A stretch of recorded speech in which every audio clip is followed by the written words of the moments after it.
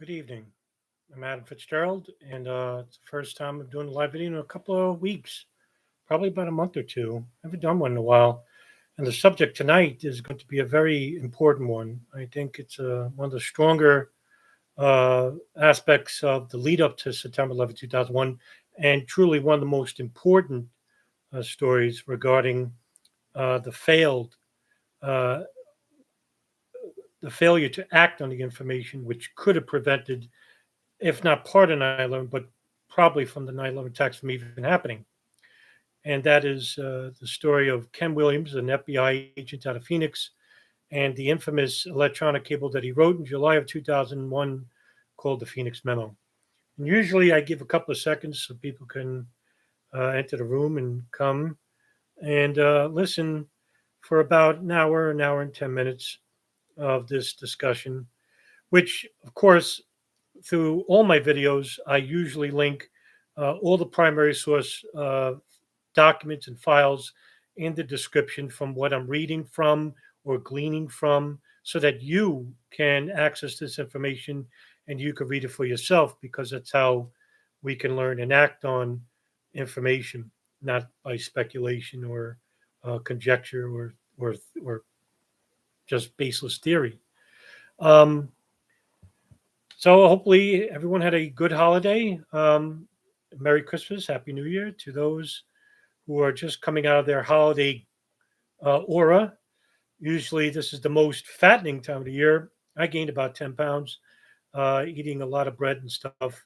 I got to go back to the gym because, my goodness, my birthday, my Christmas, Thanksgiving, too much, too much. It's too much goodies. But yes, in regards to a lot of the information tonight, I'll be reading from the Phoenix Memo itself. Another source would be from the Office of the Inspector General FBI review, which was publicly released in June 2006, in which Chapter 3 talks about the Phoenix Memo. And of course, I'll also link my interview with Ken Williams himself. I'm one of the very few people to have interviewed Ken Williams, um, and you can hear from himself about the source of the information for the Phoenix Memo came from and the informant that he had, which was one of the most valuable informants in the mid 1990s at the time. And his name is Henry Ellen. He was a Muslim convert and he renamed himself Abu Yusuf. And I just want to give him a lot of credit because he passed away in 2004 and he doesn't get any credit whatsoever. And it seems that history is a poor judgment of character when you're lost in time. And not many people bring up his name, and I want to talk about him tonight as well. So, to talk about the Phoenix Memo in its proper context, we have to go back. And like I say, in order to tell a story currently, you have to go backwards. Every story has a beginning point. And in the early 1990s, Phoenix, which a lot of people are not aware, but to the people in this room, you are, because you're rather educated on the matter. Phoenix was actually home to one of the very first uh, Pakistan offices that was created by three people: Abdullah Azam, Abdul Anas, and later on Osama bin Laden, who took over it. And it was called the Maktab al Kidmat. From the English, it's the Afghan Services Bureau. It was an idea by Azam and Anas to build a office where they would help in the recruiting of foreign Arabs into the war against the Soviets in Afghanistan in 1979, 1980. And there were hundreds of thousands of foreign Arabs from all over the world coming into Pakistan, and they didn't have a recruitment office. Well, they got help from a financier named Osama bin Laden, who actually helped to build a number of these buildings in Pakistan. And over time, as they got more popular and more money came in through the CIA, through the Pakistan ISI, as well as Saudi princes who were sympathizers to bin Laden and to the cause, millions and millions of dollars came in. Now, the CIA didn't directly fund the Maktab al Kidmat, but through their Operation Cyclone program, I'm pretty sure that there was a trickle down effect that went into this office. So as the office began expanding, they started expanding in the United States. And one of the very first cities it expanded to was Phoenix. Now, there was no official office in Phoenix, but there were contacts in these mosques in Phoenix. And one such contact was Wadi al Hajj. Wadi al Hajj was later implicated for his role in the 1998 East Africa bombings, was a personal assistant to Osama bin Laden, and of course, one of the very founders of Al Qaeda is Wael Hamza Jalaluddin. Now, Wael Hamza Jalaluddin actually helped to build the contacts in Arizona and also helped to build the very first physical office of the Maktab al Kidmat in the Al Khifa Refugee Center, which at the time was situated upstairs from a mosque in Brooklyn on Atlantic Avenue called the Al Farouk Mosque. And so this center became the nerve center for the Maktab al Kidmat. And in the early, we're talking about 1992, many years prior to September 11, 2001. So you have this influx of Arab fundamentalists that were coming inside Pakistan. And of course, you have this nexus between the United States and Pakistan into Afghanistan. And later on, as Osama bin Laden became situated with a radical Egyptian group called the Egyptian Islamic Jihad, led by Dr. Ayman al Swahari, who was released from the Egyptian prisons for his suspected role in the assassination of Egyptian President Anwar Sadat in 1980. But he was tortured and he was released because there was no link to his assassination. He actually worked at the Red Crescent Hospital in Pakistan because he was a physician.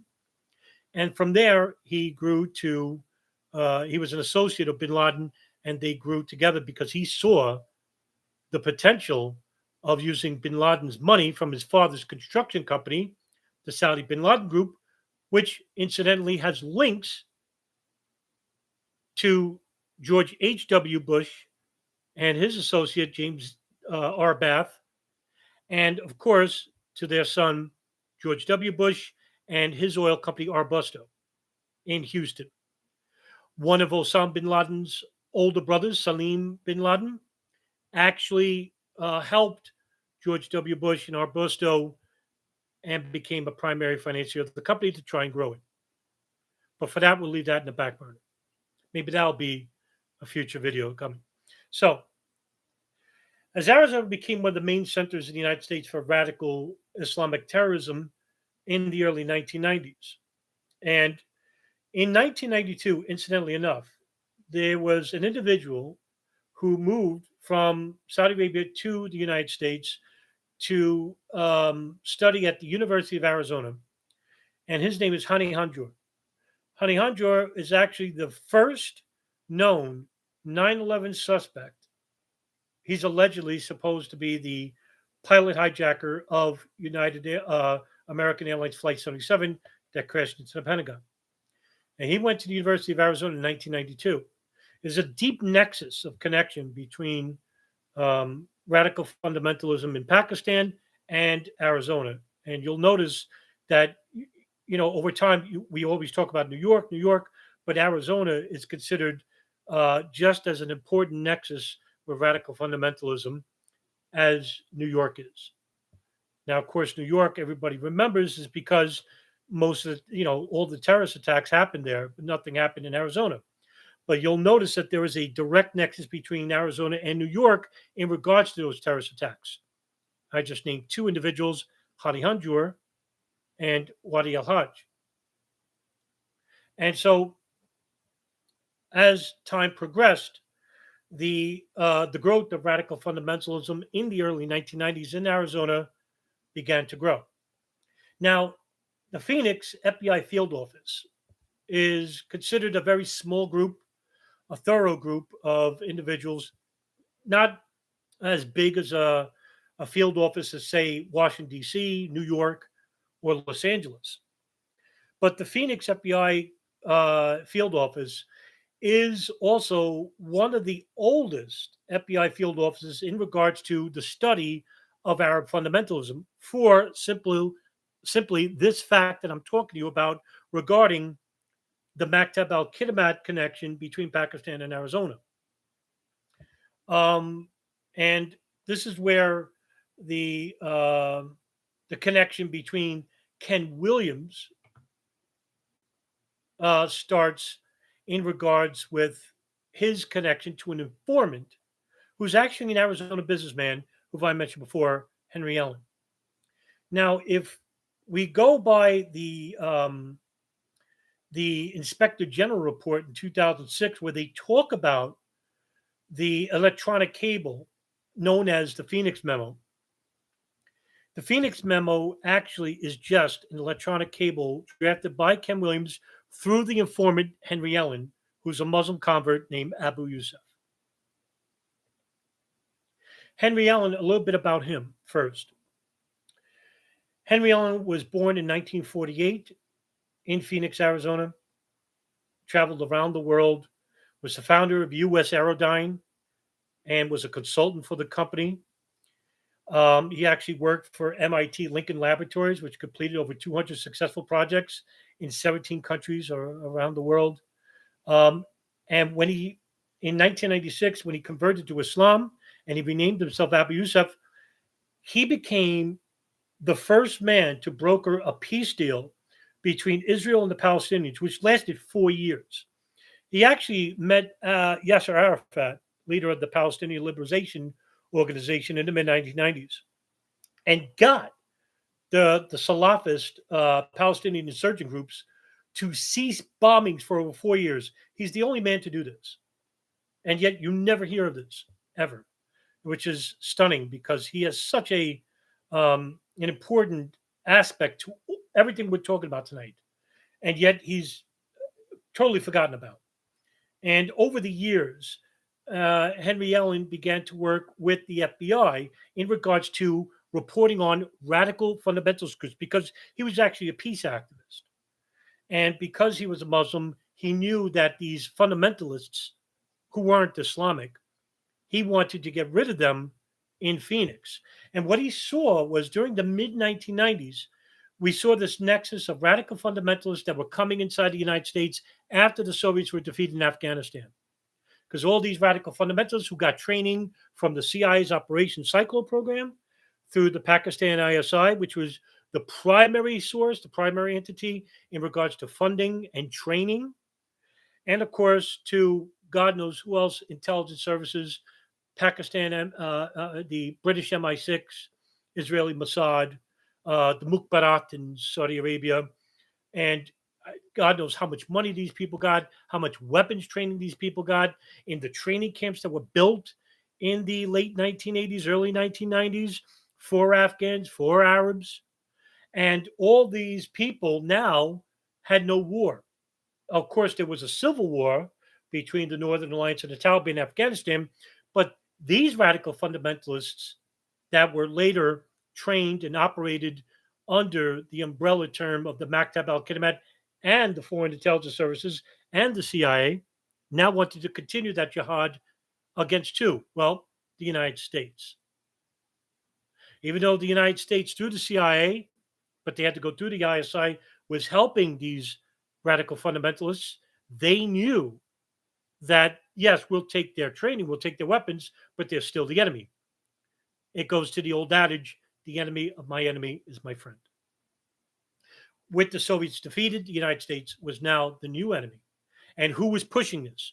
Osama bin Laden, Dr. Ayman al Zawahiri, and Omar Abdul Rahman, who is also known as the Blind Sheikh, who's leader of another Egyptian radical fundamentalist group called the Gamma Islamiyah. And all these three individuals have their mysterious ties with underground, maybe foreign intelligence, but it's not really certain for sure. There's some rumors from reputable people that Rahman actually was working under the CIA in Egypt. By the way, he got his visa in Cairo while he was on a terrorist watch list. And those people that helped him get the U.S. visa were working at a consulate, U.S. consulate in Egypt, and they were CIA agents dressed as consulate members. And once this nexus started coming into the United States, we started noticing a large formation of these groups in a number of cities, but the two cities in particular are New York City and Arizona. So Henry Ellen, who is known in these Islamic circles as a very influential and reputable member of the community, was now working with the FBI field office in regards to informing about them, about these radical fundamentalist groups. Henry Ellen passed away in 2004. Ken Williams actually has a very long history with white collar crimes, and in the early 1990s worked with the radical fundamentalist group in Phoenix. And by 1999, 98, 99, of course, he was working with his informant, Henry Ellen, who he grew a very strengthening bond with. And Henry Ellen was providing him information about this growing operation in Arizona. The FBI was aware of this operation because of their investigation into Wadi al-Hajj, who is linked to a murder of a Arizona imam, even though he didn't commit the murder. It was considered that the gun that was used in murder was provided by him, was provided by another individual who we know as Al Said Nosair, who actually was involved with the first terrorist attack in the United States, which is called the assassination of Rabbi Meir Kahane in Manhattan in 1990. And with this link, we have a link between the Maktab al-Kidmat in Arizona and New York City through the Al Farouk Mosque and the Al Kifa Refugee Center. And by October of 1996, Henry Ellen became a highly credible informant C1, which is the highest level informant. He began his informant activities in 1994, but they started ramping up in 1996, 97. In October of 96, Henry Ellen, also known as Abu Yusuf, tells Ken Williams that he has suspicions about an Algerian pilot who is training other Middle Eastern men to fly. Now, the Algerian pilot we know as the FBI reported him as Abu Sief, Sief, Abu Sief, in which Henry Ellen would later remark to Ken Williams when I interviewed him. He was told, quote, my comments to Williams was that it would be pitiful. It would be pitiful if the bad guys were able to gain this kind of access to airplanes, flight training, and crop dusters. And I told Ken Williams, you really ought to look into this because it's an interesting mix of people, and quote. Now, remind you the date. It's October of 96. What was also happening in 96? Well, there was an investigation into a number of people involved with a transnational, international airline plot called Bajinka. I've done a live video about that. I've done a lot of videos about that, and so has DJ Thermal Detonator. In fact, I think we're the only people that talk about this, as well as Tom Secker of Spy Culture. One of the best podcasts I've ever heard on Tom Secker's podcast was basically about Bajinka plot. And so very few people talk about this. And so this was also provided from the Philippines, who investigated this matter when they caught Abdul Hakim Murad, who was part of this Bajinka plot in which the idea for 9/11 came from. And so we have this numerous warnings in 96 about this wish for Arab fundamentalists to conduct flight training and to hijack flights and crash them inside the United States. 1996. Now, like I said, Henry Ellen had begun spying on the man Abu Sief, an Algerian pilot, who was actually making connections with a number of people from a group called the Al Mujahideen. A little bit of background about Al Mujahideen is basically created in 1983, and its network is based in Saudi Arabia, which was founded by a Syrian by the name of Omar Bakr Mohammed. There's a lot of connections with terrorist attacks, specifically 9/11 and Syria. And that's because there's a wide range of nexus between the Syrian Muslim Brotherhood and Al Qaeda and their Salafist organizations. A lot of these people are gun runners, money launderers, and criminal nexus that Al Qaeda doesn't deal with. Um, People from the Syrian Muslim Brotherhood are much more complex and much more underground than, say, Al Qaeda. Al Qaeda is basically a bunch of ragtag fundamentalists who barely know how to read the Quran. In fact, they're illiterate. They don't read the Quran, which is the reason why they're manipulated into believing from their uh, imams, self appointed caliphs, all this is in the Quran. Meanwhile, they don't read. That's why they go to these poor areas of, the Arab countries like Saudi Arabia. They go to southern Saudi Arabia, um, Qatar, Bahrain, Egypt. Poor areas where they can, manipulate people. Poverty breeds extremism. Philippines, Indonesia. A lot of these groups exist in these areas. So anyway, the Al Mujaroon is a network based in Saudi Arabia, which was founded by Omar Bakr Mohammed, which is basically anti-ethical to Arab nationalism in Syria. And so the Al Mujaroon actually had a nexus in Arizona. And so this connection was led by an individual by the name of Zacaria Soubra. And Abu Sayyaf knew Soubra, and they both were in Phoenix at the time. Now, as Ellen soon sees the Algerian pilot Abu Sayyaf, he tells Williams that you should be very concerned about the flight schools and whatnot. So Williams basically says, all right, Ellen's been a good informant for years. Let's take up an operation and see where this goes. Now, at the same time, I was also told by other people that, Ken Williams said, leave it alone. It's not a big deal. So it really depends on what you believe here.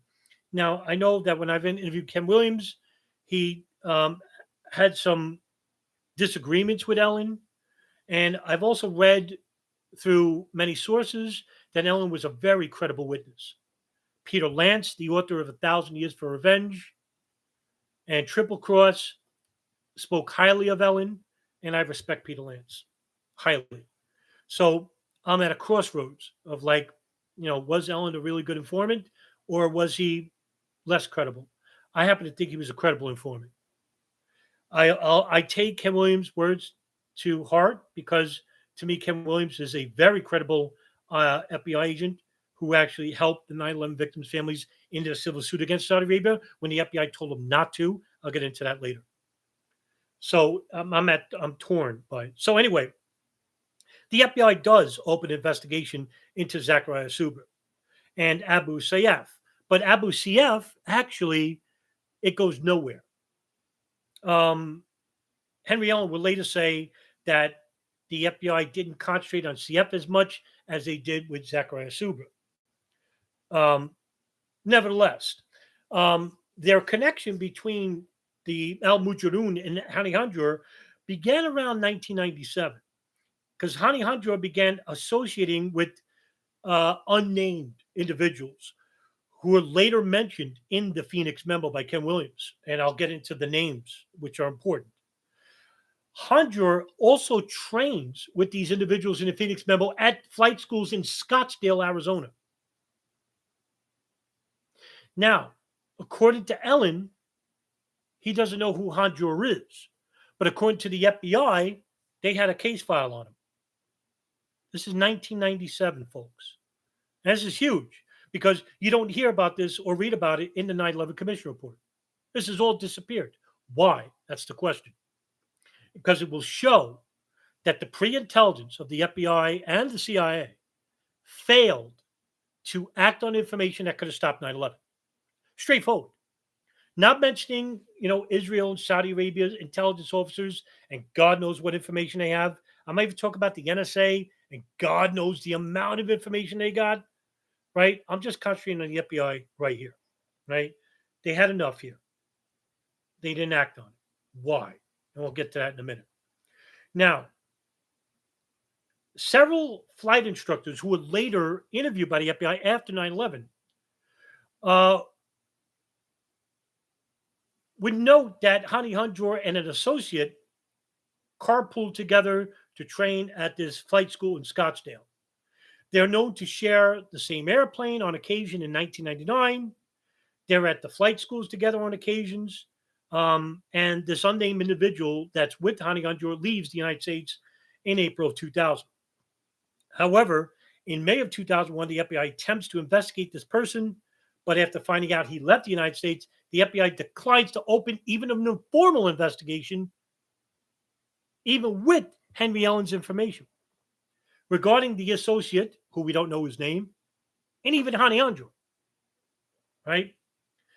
Now, later on, the FBI speculated that this person may return to evaluate Hanjour's flying skills or provide final training before 9/11, but this is all circumstantial evidence placing this person near Hanjour, right?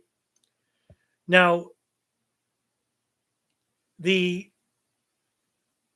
the investigation led by Ken Williams really took a hold in 1998, and the field office in Phoenix began to investigate a strong possible Middle Eastern extremist connection in flight schools in Phoenix. And Ken Williams is the lead agent and initiates this investigation into the possibility of people from the Maktab al Kidmat going as far back as the early 90s to the current time about learning to fly aircraft for nefarious reasons. But now remember, the FBI is known as the dinosaur agency, and everything they do is basically through paperwork and using old computers. Meanwhile, the CIA and the NSA up to date stuff, stuff that 10 years predates, whatever the FBI has.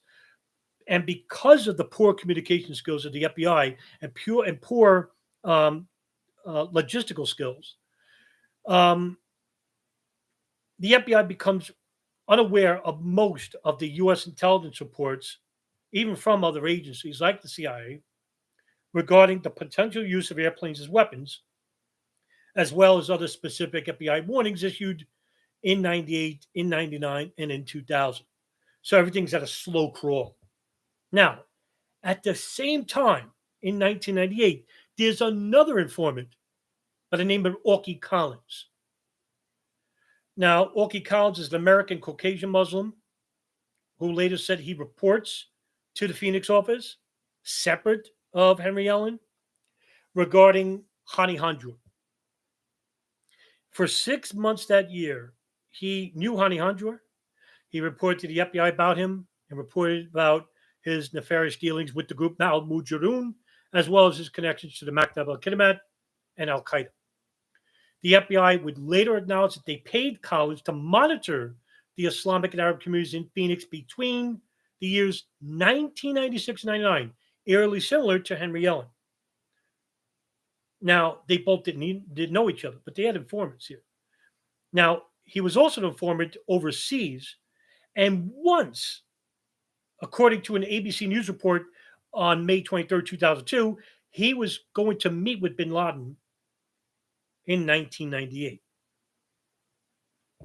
Now, Collins will later claim that he is a casual acquaintance of Hanjour, while Hanjour was taking flying lessons in Scottsdale.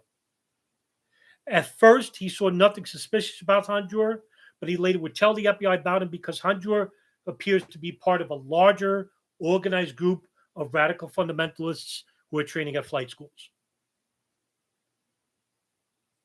And when Orky Collins went to report to his handler, different than Ken Williams, he would say that the FBI knew everything about Hani Hanjour, everything. And this is 1998, including his exact address, his phone number, even what car he drove. And meanwhile, the FBI would later say that Collins never knew anything about Hanjour and that they never knew anything about Hani Hanjour himself. Now, it begs the question, who's telling the truth? Is it Orky Collins or is it the Phoenix FBI? You be the judge. Now, Collins would actually say about Hani Hanjour that he was a, hanky-panky Muslim He wasn't even moderately religious, let alone fanatically religious, and didn't think that he would be part of Al Qaeda. But he said that joining Al Qaeda isn't as hard as people make it out to be, considering that all you need to do is swear bayat. From the Arabic to English, it's called loyalty to Osama bin Laden. That's all. And go through the number of training courses that they have in Afghanistan. And there's a number of different training courses, which they surveil you and see where your skills lay. That's it. Now, in on May 15th, 1998, an FBI pilot sends his supervisor in the Oklahoma City FBI office a memo warning that he observed a large number of Middle Eastern men receiving flight training, even in Oklahoma. The memo is entitled Weapons of Mass Destruction. And this is coming from an article which was basically deleted. It's News Oklahoma. It was penned in May 29th, 2002. News OK Oklahoma, in which it states that this may relate to the planned terrorist activity in Arizona regarding terrorist activities in the state and flight schools. So it wasn't just basically in Arizona, even though Arizona is home to the most flight schools in the nation, that this was actually what could be an interstate problem. So it wasn't like, in other words, it wasn't like you have this small group of radical fundamentalists training at one or two flight schools. That's not the case. We have flight training in Florida, which you all well know, with Muhammad Atta, Ziajar, Mawan al-Shehhi. You had Abu Siaf and Hani Anjor in Arizona. You had Zacaria Moussaoui and other individuals in Oklahoma and Minneapolis. So the FBI is in 98, 99 trying to say, hey, wait a minute, we got a problem here, and we have a number of whistleblowers that did come out and basically tried to warn the FBI, their superiors, and basically no one listened until it was much too late. Now, a little bit about Ken Williams. Like I said, he's a special agent from Phoenix. He joined the FBI in 1990 and was assigned to the Phoenix division, where he worked a couple of years with white collar matters, and since then worked on international terrorism matters in the mid 1990s. And through his informant, Henry Yellen, began to collect information about Zacaria Soubra. Zacaria Soubra was a part of the Al Mujahroon group. And when Ken Williams went to interview Zacaria Soubra in 2000, in 99, he went to his house. And the first thing he saw were these pictures of Osama bin Laden and Omar Abdel Rahman. And Soubra played the part perfectly. He said he hated the United States, that he wished that a terrorist attack of major proportions would happen to the United States, that he would participate in terrorist activity, that he would kill Americans for their one-sided policies with Israel against the Palestinians. And he's saying this to two FBI agents, one of them being Ken Williams. Ken Williams walked away from that interview and basically said, holy crap, this guy's a fundamentalist right in front of our faces. Now, according to Ken Williams, right about this time, he's pulled off the case out of the blue. He's actually told to investigate an arsonist that was happening to commit fires in the mountains in Arizona. I didn't know any of this until he told me when I interviewed him. And so now this investigation into this network, this growing network, finally goes ignored. Now, you'll have to say to yourself, and I won't blame you here, if you basically say, wow, that's really suspicious, was it because Ken Williams was getting too close to investigating these individuals and that they put him on this arson case when they could have, possibly put any agent onto it? And why Ken Williams? Now, one of the reasons is that the Phoenix FBI office was not getting proper funding for this unit investigating Arab fundamentalism. Because, like I said, besides their connection to the Maktab al Kidmat in the early 90s, nothing was really going on there as opposed to what was going on in New York. So maybe they didn't get enough funding. I don't know what it was. Bureaucracy, who knows? Conspiracy, maybe. I don't throw it out the window.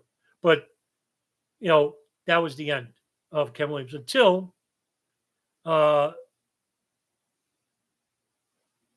2000 when he's back um, investigating the case. Now, in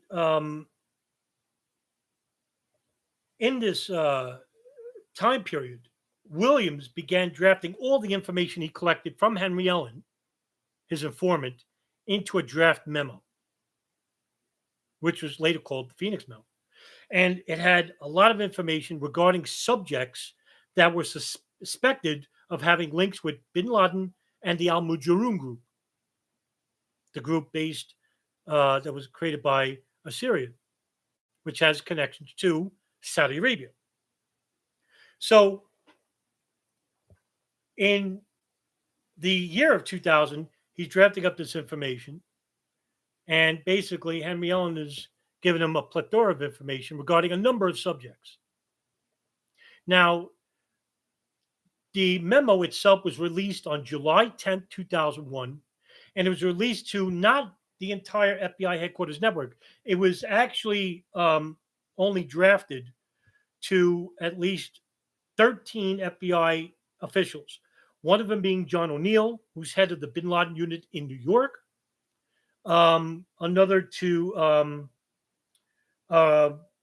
Dave Frasca, the Radical Fundamentalist Unit in Minnesota, and other names were actually omitted out.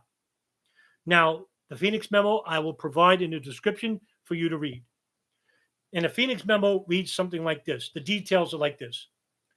The purpose of this communication is to advise the Bureau and New York of the possibility of a coordinated effort by Osama bin Laden to send students to the United States to attend civil aviation universities and colleges.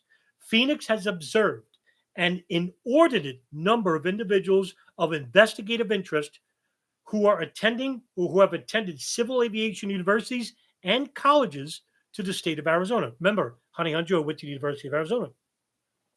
The inordinate number of these individuals attending these types of schools and fatwas issued by the Al Mujahideen group, and there's a long redaction, an ardent supporter of Osama bin Laden, gives reason to believe that a coordinated effort is underway to establish a cadre of individuals who will one day be working in the civil aviation community around the world.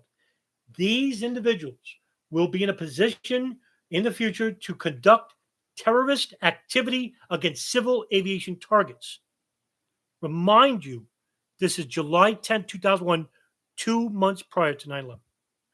Phoenix believes that the FBI should accumulate a listing of civil aviation universities and colleges around the country. FBI field offices with these types of schools in their area should establish appropriate liaison. FBI headquarters in Washington, D.C. should discuss this matter with other elements of the U.S. intelligence community and task the community for any information that supports Phoenix suspicions.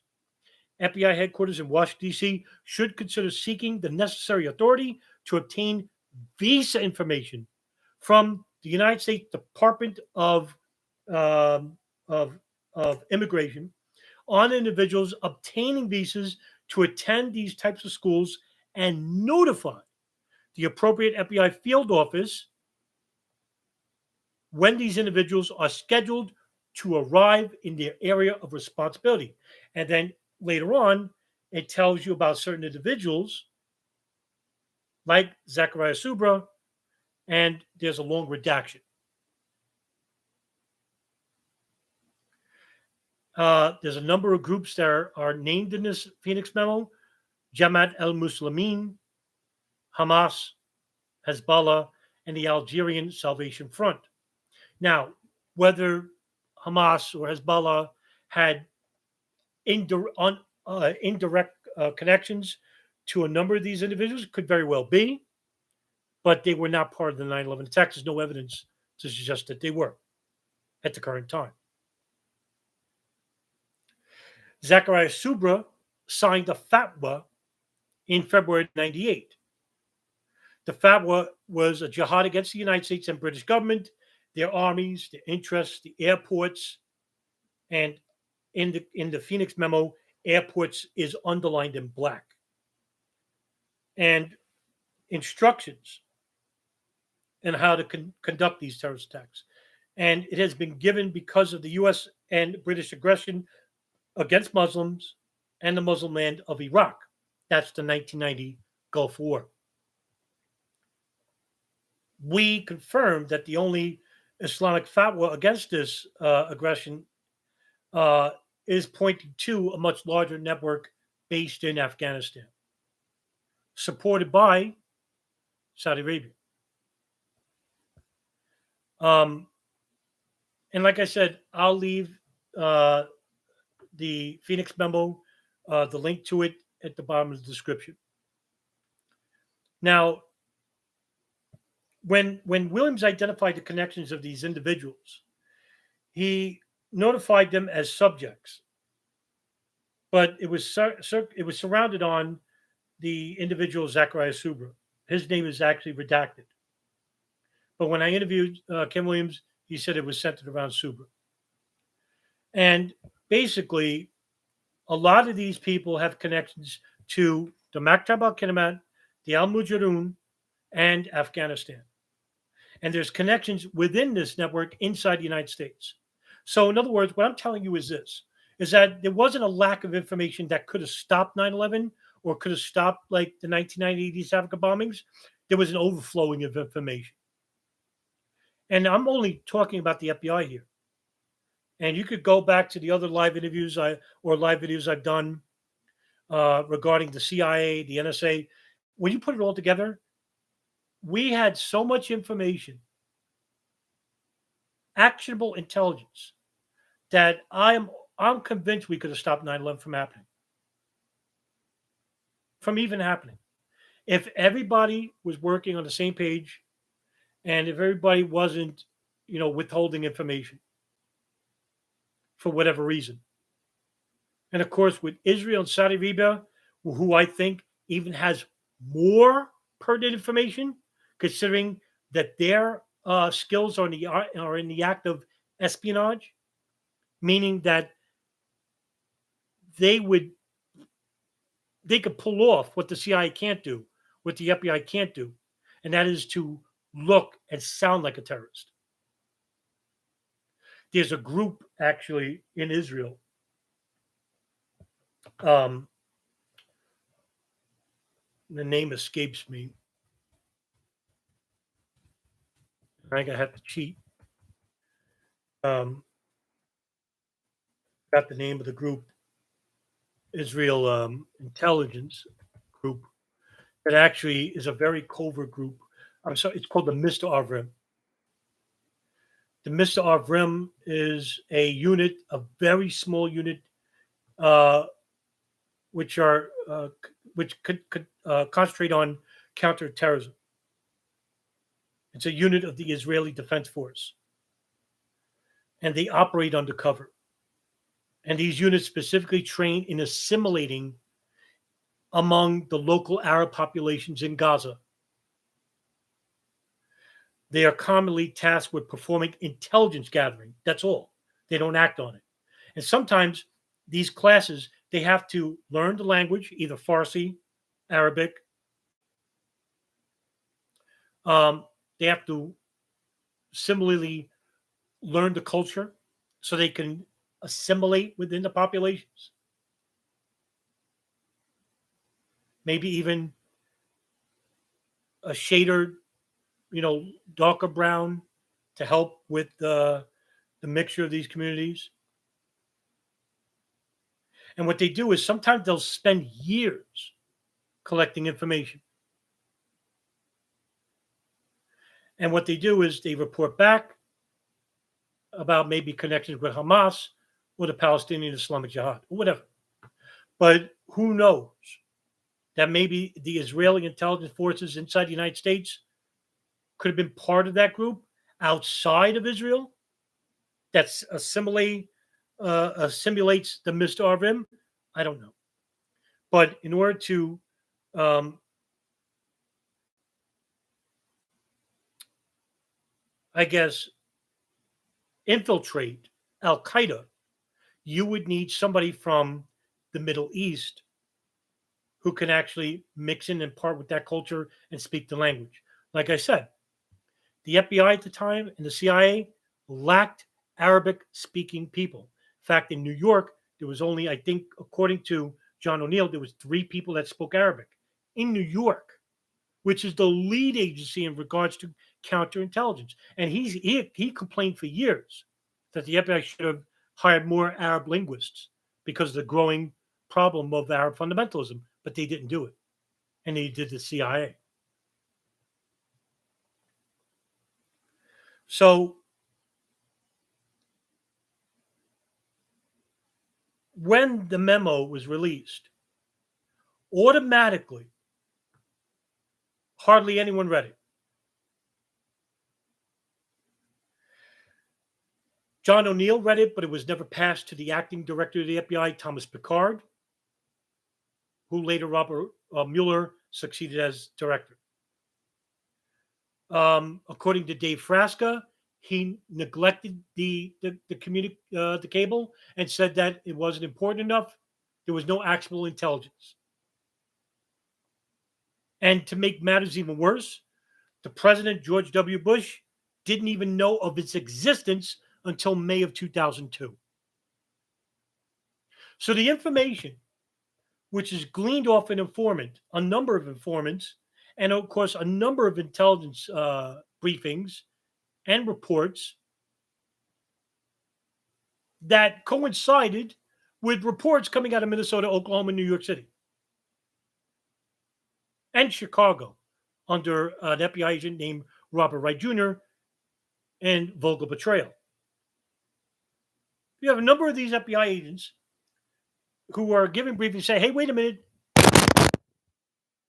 There's Arab fundamentalists who have connections with bin Laden and other fundamentalist groups like the Al Mujahideen in Saudi Arabia who are training at flight schools. And we never seen anything like this before. These people have terrorist connections. We want to surveil these people. We need to ask the Office of Immigration and Naturalization Services to conduct background checks on these people. None of this happened. None of this happened. Nothing happened. And when the Phoenix Memo made their 4 recommendations that the FBI should accumulate a listing of civil aviation universities by these individuals, that the FBI field officers with these type of schools in the area should establish appropriate liaison with each other and with the schools, that FBI headquarters should discuss the matter with elements of other intelligence communities, and that the FBI headquarters in Washington, D.C. should consider seeking the authority to obtain visa information from the Department of State on individuals who have connections with Al Mujahideen, Al Qaeda, and bin Laden. None of this happened.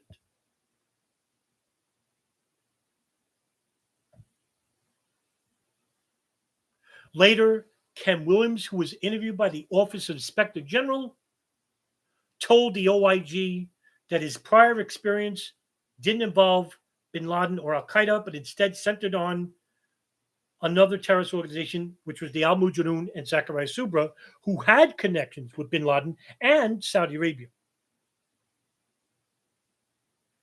And that the unit, other than the bin Laden unit in FBI headquarters, was involved. He said that he was therefore not familiar with the personnel in other units, except for the one long-time radical fundamentalist unit in New York. So nobody even got back to Ken Williams. In other words, Nobody even bothered to coordinate with Ken Williams to say, "Hey, that's pretty interesting. Could you pass on, this information where you got it from? Maybe we could look into it. Maybe we have a problem." Nobody got back there. Nobody. It was stunning.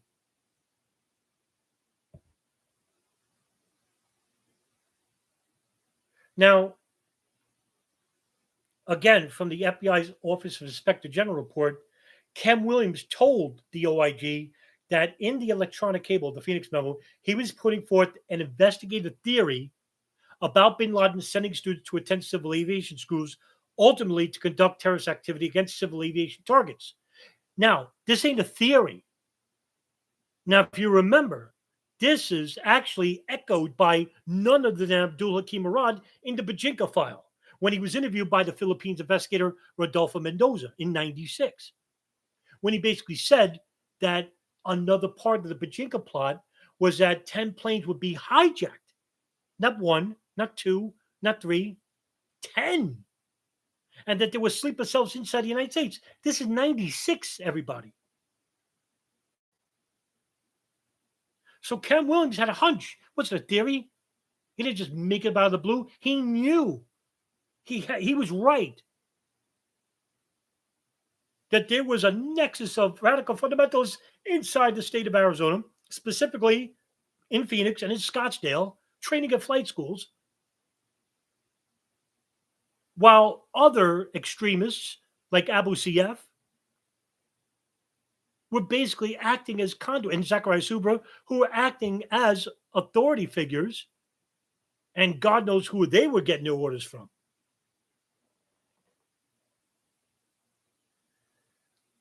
And what Ken Williams was seeking was analytical product or feedback in response to that theory. And he said that he was basing the theory on almost 10 years of experience in international terrorism cases, along with his informant, Henry Allen, and his knowledge that Al Qaeda had a long term presence in Arizona that goes back to 1992 through the Maktab al Kitabat, which was taken over when Azam was killed and Osama bin Laden and Dr. Ayman al Zawahiri took over. He said he had learned in squad meetings that a number of individuals named in the Phoenix Memo, a number of subjects, would come across the world to study aircraft maintenance inside the United States and stay there for years at a time. And most of these individuals had either nefarious indirect and direct affiliations with groups like Al Qaeda and Al Mujahideen. This information was not acted upon.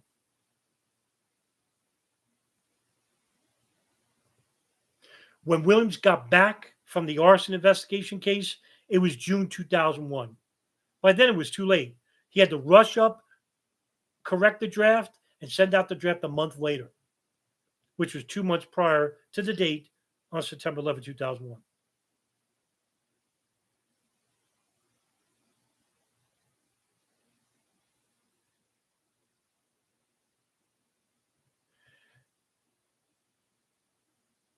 And although the Phoenix Memo was drafted on July 10th, 2001, the Phoenix Division did not upload the electronic cable into the ACS until the afternoon of July 27th, 2001. The ACS is the Automated Case Support System.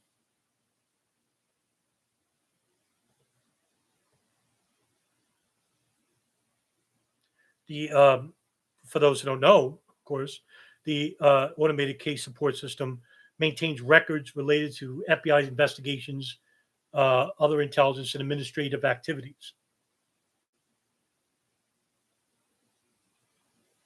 And the ACS records actually show that because of the case designation listed on the Phoenix Memo, the lead for FBI headquarters was initially routed electronically through the ITOS electronic routing table. And the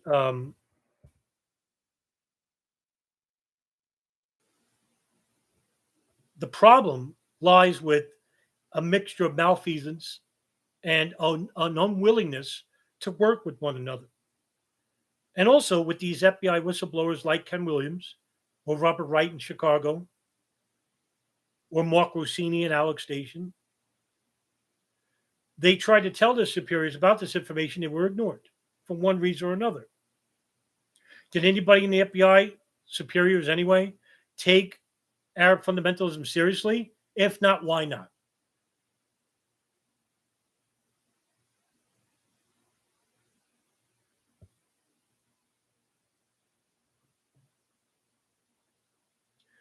And so 2 months later, what happens? September 11, 2001 happens. When all this information that I shared with you today could have basically stopped the 9/11 attacks from happening. Later on, Ken Williams basically retires from the agency, and he's actually working with a law firm, Creedler and Creedler, who's helping some of the 9/11 victims' families to secure a civil lawsuit against the Kingdom of Saudi Arabia. The FBI told Ken Williams specifically not to help with the investigation. Let me repeat that. The Department of Justice, who works and serves for the American people, told one of its agents not to help with the victims' families in their civil lawsuit against a foreign nation, Saudi Arabia, who has links to terrorism and to the 9/11 attacks. And if you ain't basically jumping in your seat asking why not, then you're dead inside. Well, when Williams retired from the FBI, he basically came out and started helping the victims' families and Creedler and Creedler. He actually even went down to Guantanamo Bay. When I interviewed him, basically he claims to think that the FBI, that the U.S. government is actually going to make a backdoor deal with Khalid Sheikh Mohammed and the Guantanamo 5 suspects involved with 9/11 attacks in taking the death penalty off the table. But in return, they all got to plead guilty to 9/11. If that happens, the worst thing happens. We'll never know what the government has for information, evidence, and more importantly, what they didn't have. Now remember, all these people are tortured. Their admissions of guilt, whether it's true or not, can't be definitively known. Maybe that was the reason why they tortured them in the first place, because we're always going to be left with the question of, was it really true that they were actually the orchestrators of 9/11? And because they were tortured and they agreed to it, do you really believe them? So you're left in a state of paralysis. And so this connection between Arizona and New York and the 9/11 attacks is one strong symmetry that dates back to 1992 and even earlier,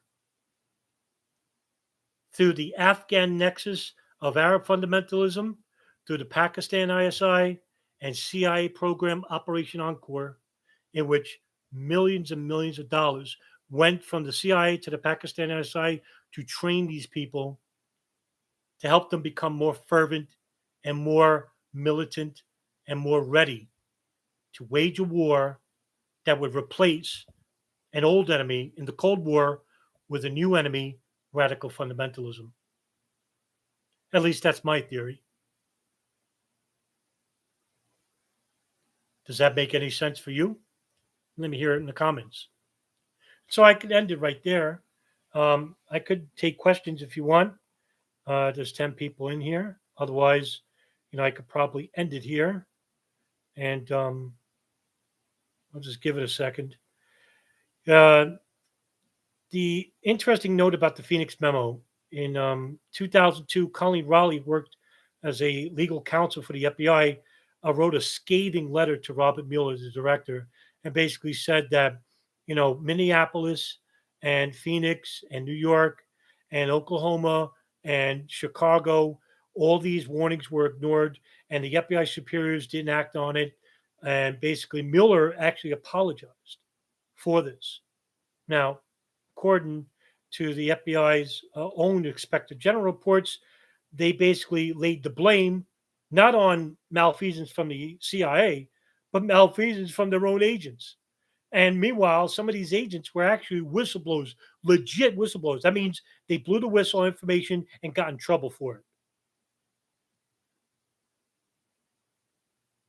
And Ken Williams basically, drafted this memo and later on was told not to help with the victims' families. Mark Rossini, basically tried to warn about, the non-sharing of information, and he was told by the CIA they'll threaten him with jail. Um, Robert Wright Jr., found out this, big connection with Hamas and Al Qaeda inside the United States, and basically he was nuts. Nobody remembers these names anymore. Question by Joseph Hill. Who was the highest level FBI superiors who had access to the memo? Did Tom Wilshire have anything to do with blocking it? No. Tom Wilshire was not aware of the Phoenix memo, was not drafted to him. Nobody from the CIA was aware of the memo. In fact, the CIA basically said that the memo was never shared with them. Now, there is rumor that the memo was aware to the CIA after the fact. But not to the CIA. Um, the CIA was not named in the memo. And in the redacted, which you'll see because I provide in the description, in the Phoenix memo, you'll see the INS and SSA. The SSA is Special Agent in Charge. That's the FBI. They don't have that in the CIA. So, who's the highest level FBI superior? It would be now. Of course, I don't know all the names, but would it be John O'Neill? No, it would be Dave Frasca. Dave Frasca is the associate director of the Radical Fundamentalist Unit in Minnesota. John O'Neill is head of the counterterrorism Bin Laden unit in New York. But according to credentials, Frasca is higher than him. But I don't know who else are the other agents named in the Phoenix memo. I knew some of the names. I forgot over the many years. But yeah, I don't know all the names listed in the memo itself. And unfortunately, the names are redacted in the memo itself. So I don't know all the names. Um, like I said, apparently the FBI didn't do much with the memo, even though it was sent to roughly 13 people. None of them apparently sent it to the acting director, Thomas Picard. Director Mueller, who took over in September, concedes that the agency didn't act aggressively on the memo. Nobody took it seriously. And the memo was never shared with the CIA. So Joe Hill, yeah, the CIA was not involved with the with the Phoenix memo. And so nobody took action on it. Just like nobody took action on the Bajinka plot dossier that was shared from the Philippines to the FBI. That was also shared with the FAA. I found out later. Nobody took action. Nobody took action until it was much too late. September 11, 2001. Did these high-level people also have anything to do with the ignoring of the warnings of the 20th hijacker case? That's a pretty good question. I will assume that Ken Williams didn't know anything about Zacaria Soubra. You had Muhammad al-Qahtani, who was another alleged 20th hijacker that was arrested in Florida. He was actually tortured in Guantanamo. Moussaoui is actually the only person that was arrested and imprisoned for his role in 9/11 attacks. And he's currently in an underground prison at Adamak Supermax in Colorado. Nobody could get near him. So I would say that the ignored warnings of the Phoenix memo, a lot of them, well, Dave Frasca knew. He blocked the FISA. Actually, Dave Frasca is one of the men responsible for the blocking of the authorization or approval of a FISA warrant in regards to Moussaoi's laptops and personal belongings, because Moussaoui is not an American citizen. So, in other words, he's not, you can't get a warrant, a regular warrant authorized by U.S. court to look at his belongings. You have to go what is called a FISA warrant, a Foreign Intelligence Services Affairs warrant, right? So, in other words, you have to go to a special court and it has to be approved by the superiors at the Radical Fundamentals Unit that basically say he's got a case. Hey, there's a connection. Why you want to look to his case? Oh, if there's a connection to terrorism, okay, we'll prove it. Now, according to Dave Frasca and Bob Bowman, who's a supervisor at the Radical Fundamentals Unit, they basically said, well, the wording used in this legat, this attaché, this FISA application is too loose. There's no connection to Moussaoui and terrorism. Meanwhile, there was. French authorities, where Moussaoui was from, faxed over a plethora of information showing that Moussaoui went to a mosque in Germany and France where it was led by a known radical preacher, Abu Hamza. Abu Hamza is currently doing life in prison inside the United States for his continued remarks about attacking U.S. targets. He actually has a hook for a hand. And so, with that link, that right there, and I've interviewed Colleen Rowley, where she basically said that right there alone should be the amount for approval of a warrant. But the warrant wasn't approved, and nobody could look at the laptop until September 12th, 2001. Coincidence? I don't know what to tell you. But yeah, I think that's about it. If nobody has any other questions, we're at the 1 hour and 6 minute mark. And that is the story of Ken Williams and the Phoenix Memo. Ken Williams is basically a fantastic individual. Henry Allen, the late Henry Allen, deserves a lot of credit for giving that information, which led to the Phoenix Memo. And they both tried. And basically, it's not through the fault of their own. They really did try to bring attention to the burgeoning problem that started in the early 1990s about this radical fundamentalism that was existing in Phoenix, Scottsdale, and basically nobody acted on the information. So, through no fault of their own. And I just want to give a lot of credit to Ken Williams and credit to Henry Allen itself. And so, I'll see you at the next live video. Hopefully that's soon. I have, like I said, I did an update video other day. I got some potential really blockbuster interviews coming up in the month of January and February. And so, I'll keep you updated. And like I said, a lot of information that I share with you tonight, I'll share with you, of course, in the description, the Office Inspector General report, the Phoenix Memo, and my interview with Ken Williams. You can all view in the description. Guys, have a good night. I'll see you in the next stream.